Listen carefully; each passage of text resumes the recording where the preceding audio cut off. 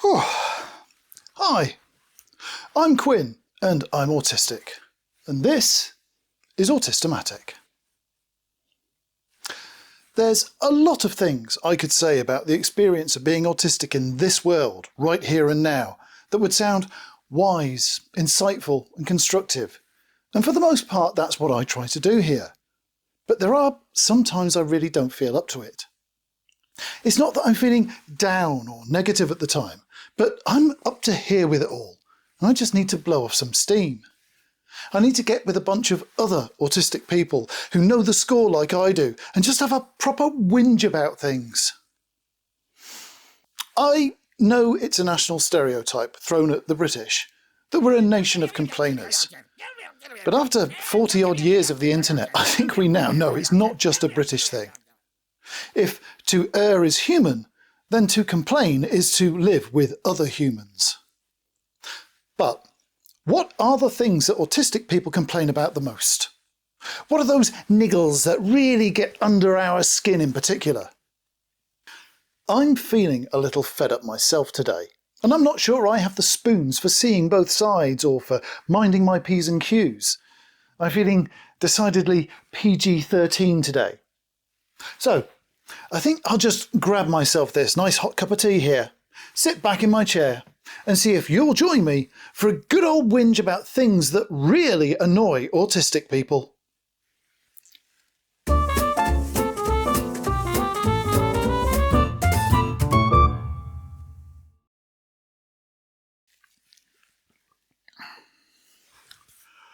We hear some ridiculously contradictory things about ourselves when we listen to what people say about us behind our backs. And in these days of social media, it's never been easier to eavesdrop. Two people can sit there agreeing with each other whilst making completely opposite claims. The thing that gets on my nerves with those autistics is they're so bleeding sensitive. Anything will set them off. Tiny loud noise, bad smell, even standing too close to them will set them off. I know. It's like you could set a bomb off next to them and they wouldn't notice. Totally oblivious. Thick bloody skins if ever I saw them. Like water off a duck's back with them lot. Most of the time, people like that are talking a load of bell curves. But sometimes, just like then, they actually can be telling the truth at the same time. Because what they're describing are different aspects of the same autistic trait. Sensory differences in this case. And they could even be talking about the same person and still be technically accurate. It's often said that autistic traits are human traits, only more so. And as a catch-all simplification, there is truth to that. There are many experiences that are arguably unique to being autistic, but for the most part, autistic frustrations and complaints aren't that much different to the gripes anyone else might bring up. What does seem to be different is autistic people hit these stumbling blocks way more often, or they hit us much harder, sometimes both. So, this isn't a comprehensive list or a top 5, it's just a start. It's more what comes to mind first from the thousands of conversations I've had with other autists since I was first diagnosed back in the 1980s. That's right, I've got 42 years of autistic gripes and groans to draw from. The only thing that limited it to 5 today was the length of the video. So if you want more, you only have to let me know. So, top of the list in our definitely not a ranked listing top 5 today is telling us we're pissed off when we're not actually pissed off. Yes, we've all heard the resting bitch face thing before. I've talked about it on the channel myself many a time. Flat affect, as it's called. That neutral expression we so often wear when we're in company is undoubtedly one of the reasons why people sometimes think we're angry when we're not. You know the one? Maybe you're listening but just not feeling much, so your expression reflects that. It's not aggressive, not passive, just there. But people regularly misinterpret it as disinterest and peg us as disagreeable. Or you do have feelings about the topic, but you don't really want to share them, or you're not ready to yet, so you're consciously keeping your expression neutral so as not to rock the boat or confuse things. So, from our perspective, We're either not really feeling it, or we're conscious that you might feel it too much, but what people see looks the same to them. Flat affect, neutral expression, or resting bitch face. That's why it always catches us off guard when people assume that we're annoyed with them. Either we're not feeling much at all, or we're trying to avoid hurting your feelings. The last thing we expect or need is for you to tell us we're obviously pissed off about something and reacting accordingly. But that's not where it stops. Beyond the face, people pick up on what we say or how we say it, and make it angry for us too. For me, it usually happens with questions. Innocuous questions from my perspective, just because I need more information to make sense of something. But the very act of asking a question seems to be the trigger for some folks to accuse me of anger. Some psychologist friends of mine might suggest that it could be transference, that the other party interprets my asking questions as doubt or rivalry on my part. My need for detail being misinterpreted as casting aspersions on the validity of their input and therefore their own doubts about themselves. All I know in the moment is, I don't even know what I feel yet. But the moment you tell me I'm cheesed off when I'm actually not, I do start to feel something. Which brings me to a linked but separate thorn in most autistic sides. People who refuse to answer simple, uncontroversial questions and their closely related brethren. Those who ask a barrage of their own questions about why we need an answer before, well, usually avoiding answering ours. I'm always talking about communication barriers on Autistic, and this is one that's very high on my list and plenty of yours out there as well. One of the most fundamental disconnections between the autistic world and the rest of the planet is our sense of veracity, our differing and heightened need for consistency and corroboration of information. Ask any autistic person to list their practical strengths, and it's a fair bet that most will put pattern recognition in their top 10, if not actually their top 3. It's a trait that's so well recognised that recruiters look out for it now. It's one of those if you know secrets in technical and engineering recruitment, that autistic candidates often make the best troubleshooters and researchers because of that inherent knack for pattern recognition. Even folks like me with little or no visual imagination or recall still often have much better recognition of details that are out of place than our neurotypical peers. But where that skill for noticing faults and loopholes comes from is that heightened sense of veracity that comes with the autistic package. We look for consistency, repeatability and regularity because it's in our nature to seek predictability. We're, most of us, not afraid of novelty, but we're cautious of the unexpected, and our nervous systems reflect that. When something's out of place, it niggles us in a way we can't ignore, and if acting on those niggles is what we do for a living, we can do pretty well at it. But with that sense of veracity comes a need for credibility too, albeit indirectly. Having brains that favour systems and verification over chaos and assumption, we seek out data to better understand those systems and support or modify our approaches. But without that data, we may have little confidence in our decisions. When we ask someone a question prior to making a decision or giving an answer of our own, it's because we don't feel confident responding without that information, or that we need time to think, so we're playing for time. But when folks don't answer us, get annoyed at us for asking, or throw half a dozen questions back at us, it ties us up in knots and certainly qualifies for a place on this bloody annoying list. It does, you know. Don't you think so? Oh well, you wouldn't, would you? I forgot, you're autistic, aren't you? Okay, if you really want me to explain. The thing is, most autistic people, that is, people with autism, you know, some of them actually like you saying that. It's not who they are, it's what they are. It doesn't define them, you know? Anyway, the thing is, most autistic people get really, really ratty when you're patronising or condescending to them. Okay, I can't keep it up. Piss take over for now. But there is a subtle difference between being patronised and being condescended to. Being patronised pierces through the defences of most autistic folks in an instant, and if we're the angry type, it can make us quite belligerent. But it's not quite the same as being condescended to. It's a question of intent, you see.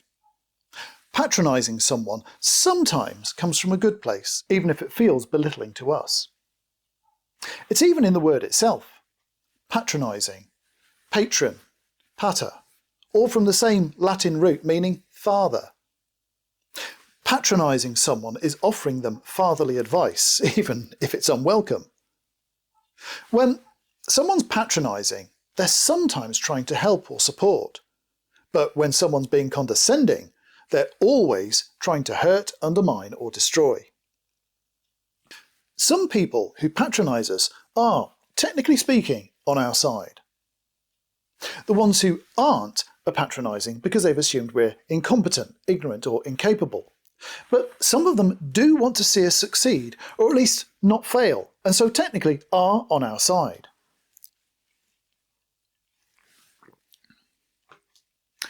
People who condescend are not. They don't seek to point out our failures to encourage and develop, or even to actively compensate for our weaknesses by filling in the gaps. They want to demolish our confidence and erode our social status. Condescension is built upon the intention to cause embarrassment and to influence the perceived social order. It's a bully's tactic. And from an autistic perspective, it can be very difficult to tell the difference. I say it almost every week in one form or another, and I'll say it again. Autistic people are not very good at picking up hints as a rule, not from non-autistic people for certain. We're not used to picking up hints ourselves, so we tend not to drop them for others. That's where our reputation for being blunt comes from. I could almost make dropping hints to us an entry on this list in its own right, but for now, it's just supporting evidence for the bigger sin of being talked down to. Unless we know someone really well, I mean like parent or soulmate well, that kind of familiarity, then it's very difficult for most of the autistic folks I've met to tell the difference between being patronised and being condescended to. So if you want the conversation to stay on the level, try to avoid both. I do realise that's going to be difficult for some, so I'll give an idea of what all three look like from my perspective. Doctor, what are you doing? I'm reversing the polarity of my ultrasonic screwdriver's power source, thereby converting it into an extremely powerful electromagnet. No! Don't do that! Time Lords always reverse the polarity, but reversing won't work. Now, if you really know your neutron flows, you always focus them.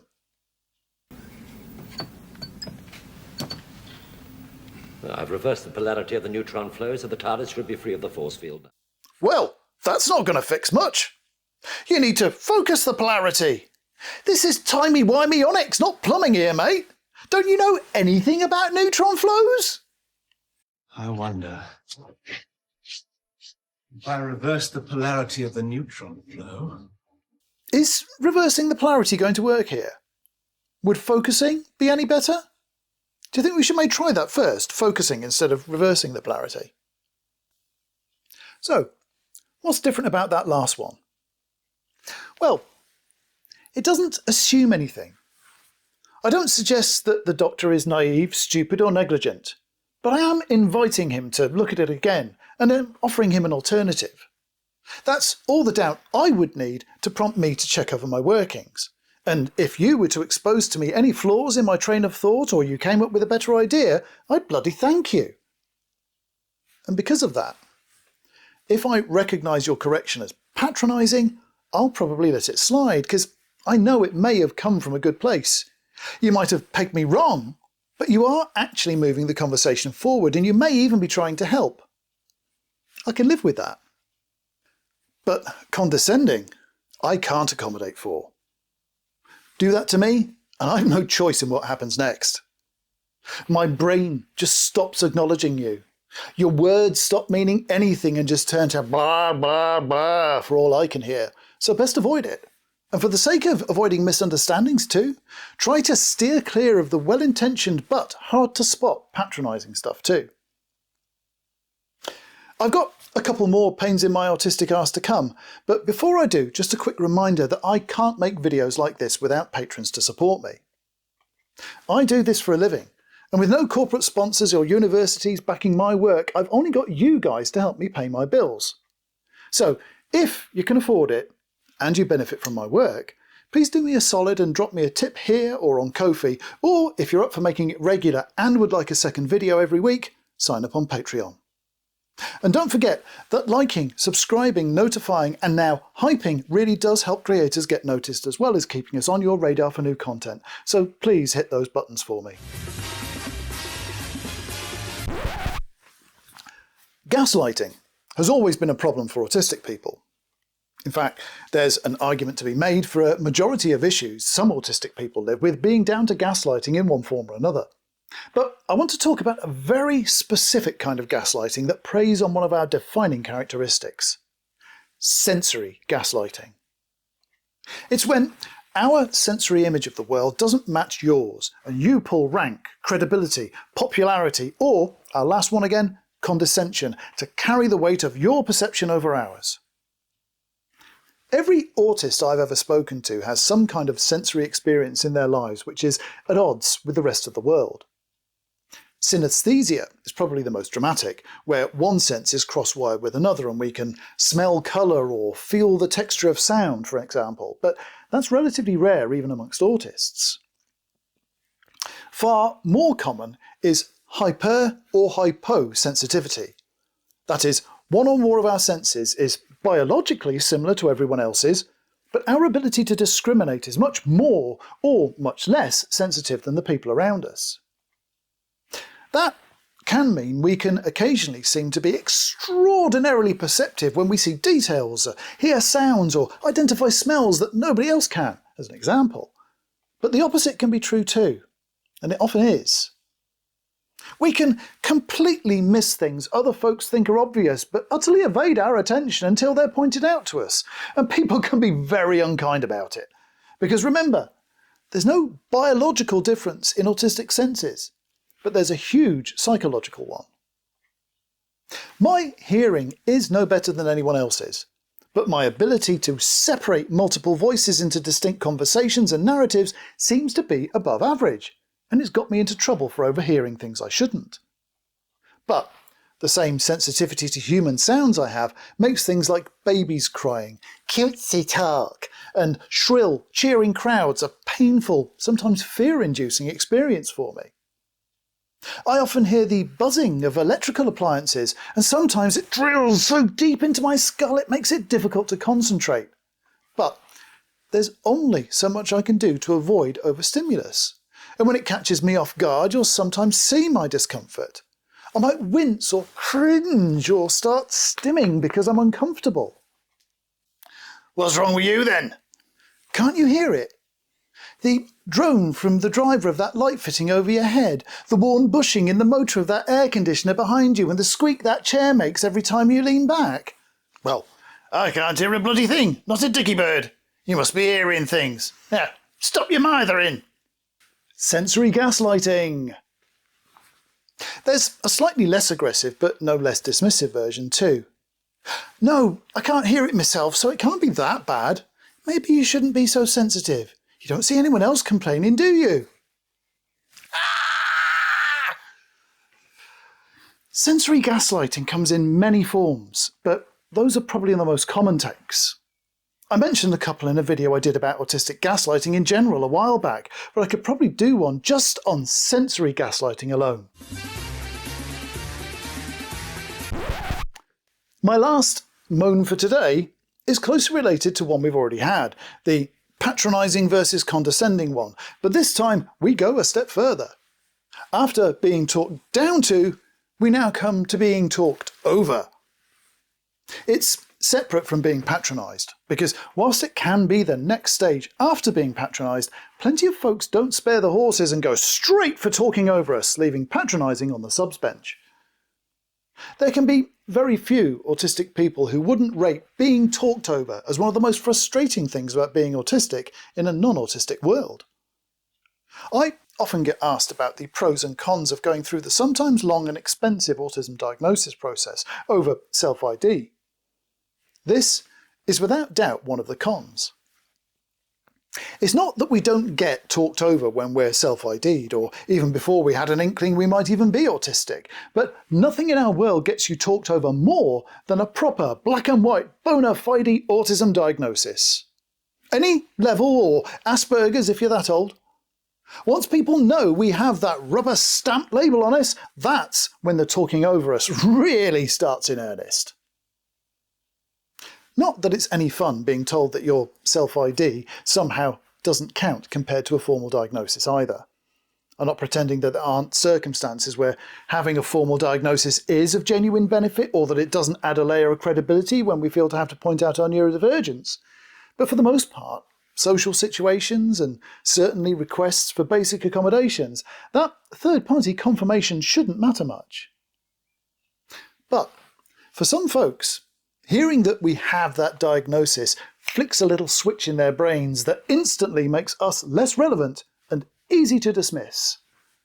They don't have to address our arguments, counter our evidence, or appeal to our better natures. They can just talk over us. They can just point out that we're autistic and let the ignorance and assumptions of everyone else in the room decide what that means. It can mean anything you want it to in a world where hardly anybody really understands it. And if you have the social clout, or just the social skill, you can contradict us left, right and centre without worrying for a moment, because you've got the ultimate armour. You have normality on your side.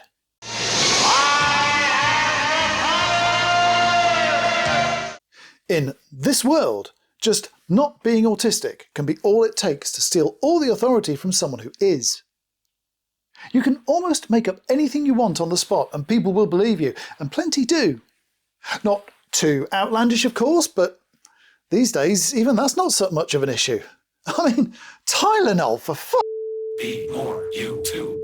But even so, just having a diagnosis can be enough to rob you of your agency, depending on the situation. In most circumstances, I'd say having a diagnosis works in our favour rather than against us, but this isn't one of them. This isn't an argument against diagnosis. It's an almighty whinge about the way the stacks are often against us in this world, thanks to ignorance, sensationalist media, quick-win politicians and a medical establishment in constant war with itself over profit versus ethics. It's the fight we're, you and me, all engaged in right now. The battle to be taken seriously and allowed to take part fully in society, rather than be relegated to the sidelines begging for scraps. I'm not going to allow this whinge to turn into a rant, though.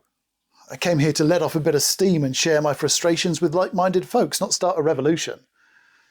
But let's not pretend we don't all know what I've been talking about today. I'm not going to do a summing up bit today or add any new research questions to the list I've been going through for the last few weeks, because frankly I'm a bit short on spoons today. It's nearly 3 weeks since my last infusion and I don't start my injections for another week, so my arthritis is catching up with me in the interim and is making everything more difficult than it should be. But please still keep all your answers coming on the subjects of competition and on making mistakes. I'm learning a huge amount from all your responses and I'll compile it all on screen for you in the future. For now, I'll see you again on Wednesday if you're a patron, or here in a week's time. But until then, I'm Quinn and I'm autistic. Thank you for watching.